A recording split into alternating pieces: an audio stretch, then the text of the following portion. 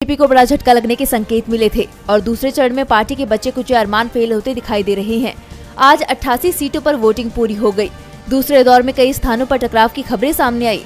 BJP पर विपक्षी मतदाताओं को रोकने के आरोप लगाए गए। कांग्रेस महासचिव जयराम रमेश ने एक वीडियो ट्वीट करते हुए कहा कि लोकतंत्र संकट में है।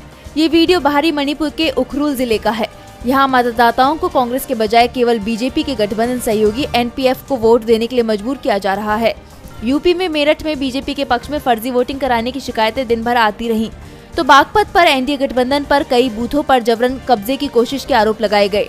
पश्चिम बंगाल में टीएमसी प्रमुख ममता बनर्जी ने कहा, बीजेपी और केंद्रीय बल के जवानों ने टीएमसी के लोगों को वोट डालने से रोका। चुनाव आयोग कार्यालय में शिकायतों का दौर जारी रहा। इस बीच चुनाव आयोग की तरफ से पहले दौर के मतदान के आंकड़े भी सामने आ गए हैं और इन आंकड़ों ने बीजेपी की नींद उड़ा दी है, क्योंकि पहले चरण के मुकाबले इस बार बीजेपी को और भी बड़ा नुकसान उठाने के संकेत मिल रहे हैं। इसके बाद से ही बीजेपी नेता दबाव में दिखाई देने लगे हैं। 400 पार की बातें अब सुनाई नहीं दे रही हैं। पार्टी को अब अपनी हार दिखाई देने लगी है। दूसरे चरण की 88 सीटों पर 68% से ज्यादा वोटिंग हुई है। सबसे ज्यादा वोट त्रिपुरा में 81% पड़े हैं, तो यूपी में सबसे कम 56% वोटिंग हुई है।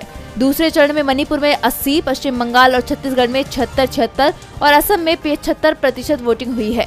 केंद्र शासित प्रदेश जम्मू कश्मीर में भी 70% से ज्यादा वोट पड़े हैं।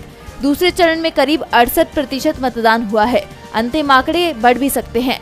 शाम 6 बजे तक यूपी में 56, राजस्थान में 63, महाराष्ट्र में 57, मध्य प्रदेश में 59% वोटिंग हुई। चुनाव प्रचार के इस दौर में कांग्रेस सांसद राहुल गांधी दक्षिण विजय के लक्ष्य को साधने निकले हैं। कांग्रेस सांसद ने शुक्रवार को कर्नाटक के बीजापुर में रैली की। इस दौरान उन्होंने कांग्रेस की न्याय की गारंटियों की चर्चा करते हुए मोदी सरकार पर जमकर हमला बोला। राहुल ने कहा कि आजकल नरेंद्र मोदी अपने भाषण के दौरान काफी घबराए हुए रहते हैं।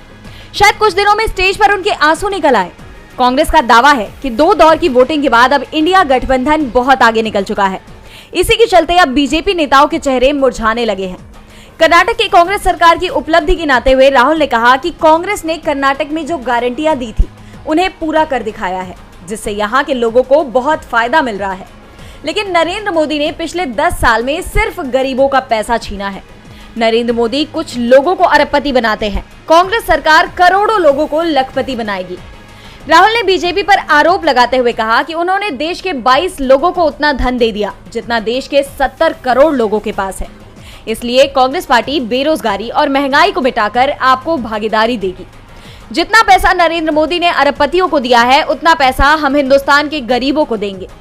नरेंद्र मोदी जी ने एयरपोर्ट, पोर्ट, बिजली, खदान, solar wind power, defence sector सब कुछ अडानी और उनके जैसे अरबपतियों को सौंप दिया है, लेकिन गरीबों को कुछ नहीं दिया।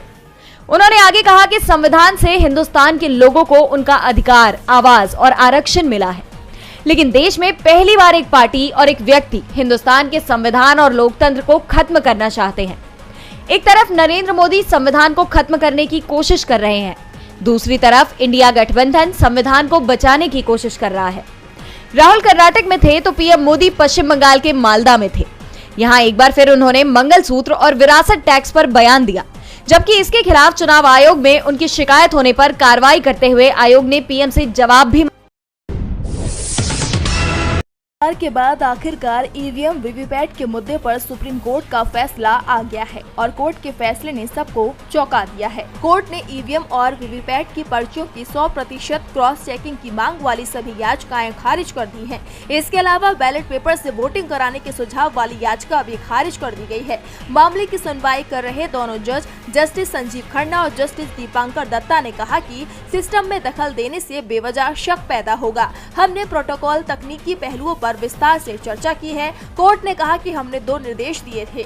पहला, सिंबल लोडिंग की प्रक्रिया पूरी होने के बाद सिंबल लोडिंग यूनिट को सील करके 45 दिन तक स्टोर रखा जाए और दूसरा, उम्मीदवार चाहे तो चुनाव परिणाम घोषित होने के 7 दिन के भीतर रिजल्ट की दोबारा जांच की मांग कर सकता है। ऐसी स्थिति में माइक्रो कंट्रोलर की मेमोरी की जांच इंजीनियर के द्वारा की जाएगी और इसका खर्च कैंडिडेट को उठाना होगा। सुप्रीम कोर्ट ने अहम फैसले में साफ कह दिया है कि मतदान ईवीएम मशीन से ही होगा और 45 दिनों तक वीवीपैट की ये पर्चियां उम्मीदवारों के हस्ताक्षर के बाद सुरक्षित रहेंगी। लेकिन कोर्ट के इस फैसले को लेकर याचिकाकर्ताओं में विपक्षी दलों में भारी असंतोष नजर आ रहा है और चुनाव को लेकर गंभीर सवाल खड़े हो गए हैं।